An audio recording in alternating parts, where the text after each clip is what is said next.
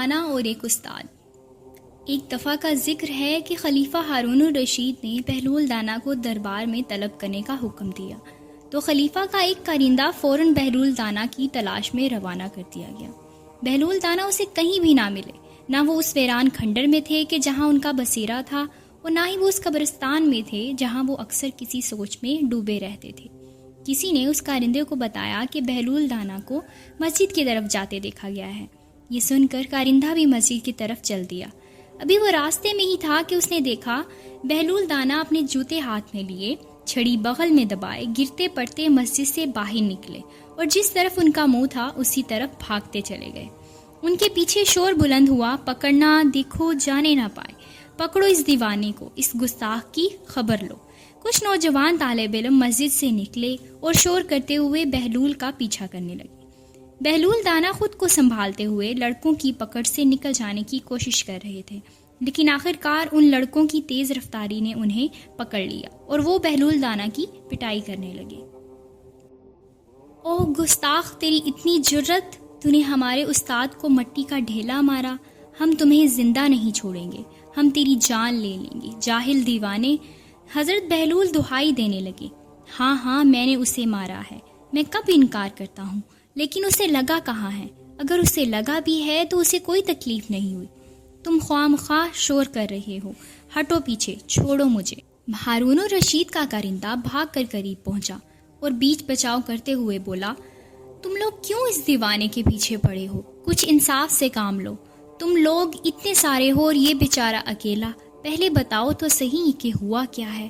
تبھی ایک لڑکا غصے میں بولا، یہ پوچھیں کہ کیا نہیں ہوا؟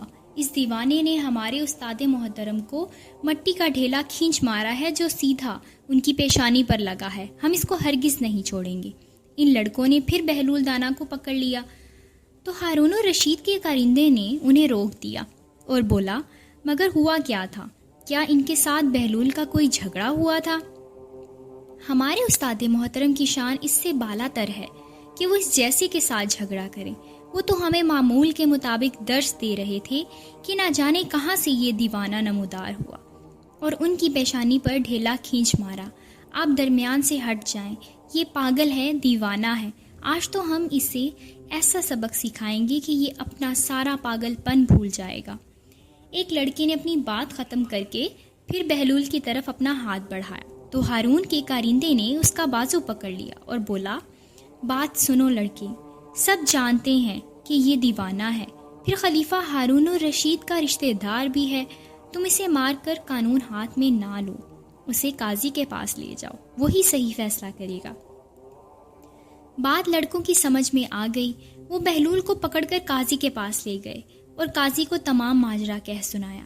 جب حضرت بہلول دانا نے کہا، ذرا اپنے استاد محترم کو بھی بلا لاؤ، مدعی کے بغیر تم دعویٰ کس طرح پیش کر سکتے ہو؟ بہلول درست کہتا ہے، تم اپنے استاد کو بلا لاؤ، کیونکہ مدعی تو وہی ہیں، ہم بھی دیکھ لیں گے کہ ضرب کتنی شدید ہے۔ قاضی نے فوری طور پر حکم صادر کر دیا تو ان میں سے کچھ طالب علم اور اپنے استاد محترم کو بلا لائے۔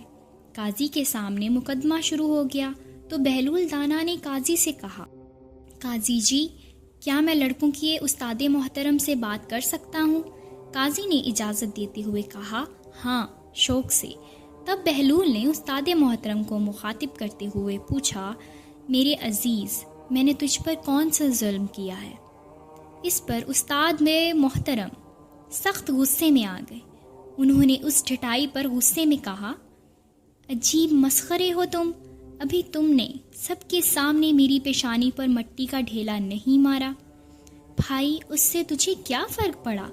تم بھی مٹی سے بنے ہو اور وہ ڈھیلا بھی مٹی کا تھا۔ ابھی تم خود ہی اپنے شاگردوں کو سمجھا رہے تھے کہ امام جعفر رحمۃ اللہ علیہ جو یہ فرماتے ہیں کہ ابلیس کو جہنم کا عذاب دیا جائے گا، وہ درست نہیں ہے، کیونکہ شیطان ناری مخلوق ہے، وہ آگ سے بنا ہے اور اسے آگ بھلا کیا تکلیف پہنچائے گی؟ تو بھی خاکی ہے اور مٹی سے بنا ہوا ہے، اور بھلا مٹی کے ڈھیلے نے تجھے کیا تکلیف پہنچائی؟ بہلول دانا نے جب حاضر جوابی سے کہا تو استاد ناگواری سے بولا، فضول باتیں مت کرو، نہ جانے تم کیا کہہ رہے ہو، مقدمہ یہ ہے کہ تم نے وہ ڈھیلا اتنی زور سے مارا ہے کہ میری پیشانی اور سر میں درد ہو رہا ہے۔ آپ بھی غلط بیانی نہ کریں اعلیٰ حضرت، اگر آپ کی پیشانی میں درد ہے تو ہمیں نظر کیوں نہیں آتا؟ بہلول دانا نے فوراً پوچھا۔ او احمق، عقل مند آدمی، کیا کبھی درد بھی کسی کو نظر آیا ہے؟ استاد نے اکتاہٹ سے کہا۔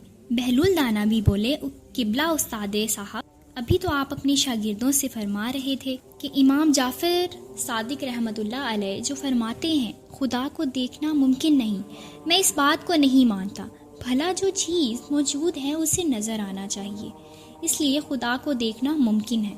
تو اگر آپ کے سر میں درد ہو رہا ہے اسے آپ ہمیں دکھائیں۔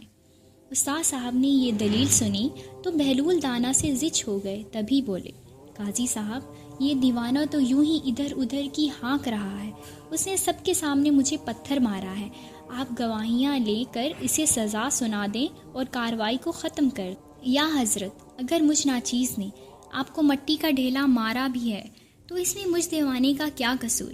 ابھی آپ ہی اپنے شاگردوں سے فرما رہے تھے کہ آپ کو امام جعفر رحمۃ اللہ علیہ کے اس قول سے بھی اختلاف ہے کہ آپ فرماتے ہیں اچھا یا برا کام کرنے والا خود اس کا ذمہ دار ہے اور اس لیے جواب دہ بھی ہے، جبکہ آپ یہ بھی فرماتے ہیں کہ ہر کام اللہ ہی کی طرف سے ہوتا ہے اور بندہ اس کا ذمہ دار نہیں۔ اس لحاظ سے یہ ڈھیلا میں نے آپ کو نہیں مارا، یہ کام تو خدا نے مجھ سے کروایا ہے۔ اب بھلا اس کام کے لیے سزا کا مستحق میں کس طرح ٹھہرا جو میں نے کیا ہی نہیں؟ خدا را قاضی صاحب، آپ ہی انصاف کریں، بہلول دانا نے تحمل سے کہا۔ تو استاد محترم لاجواب ہو گئے۔